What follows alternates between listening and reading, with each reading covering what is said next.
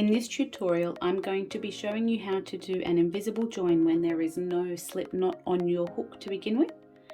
Complete your round or row as per normal, mainly rounds. And then when you're ready to make that join, just simply cut your work, leaving a nice tail. And then you're going to pull your hook and the yarn through the loops like so. Closing that off there, I'm just going to zoom in the book. So with that end tail that you just cut off, you're going to thread that onto your yarn needle.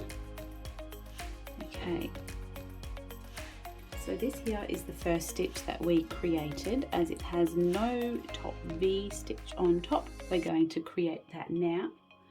So we always go into the second stitch under the front and back loop where you normally make a stitch into that part of the second stitch. Always the second stitch because you're creating that first one. So insert from front to back with your needle like so. Pull that through. You kind of want to get it in the same consistency as your other stitches. So don't pull it like this and then it like looks a bit stupid and then it's like an obvious place where you join. You can really see it.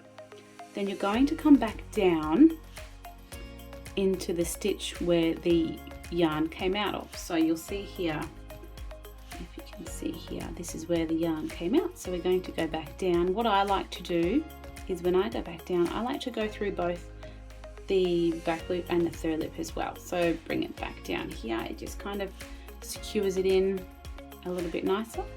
I'm a bit peculiar and particular like that.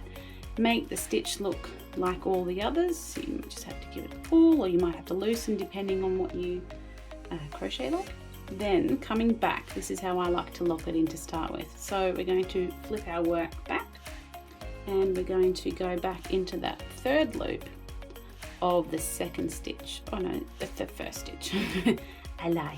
So the third loop of the first stitch we created, back down there like so, and then whilst you're there it's a good idea to weave in your ends, but I'm not going to show you that now. You can have a look at my other videos for that.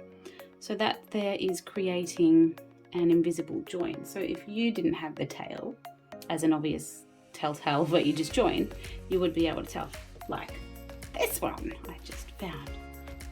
So without that tail, it's a bit hard to tell where we started unless we go back and have a look for our, there it is, our really good weaved,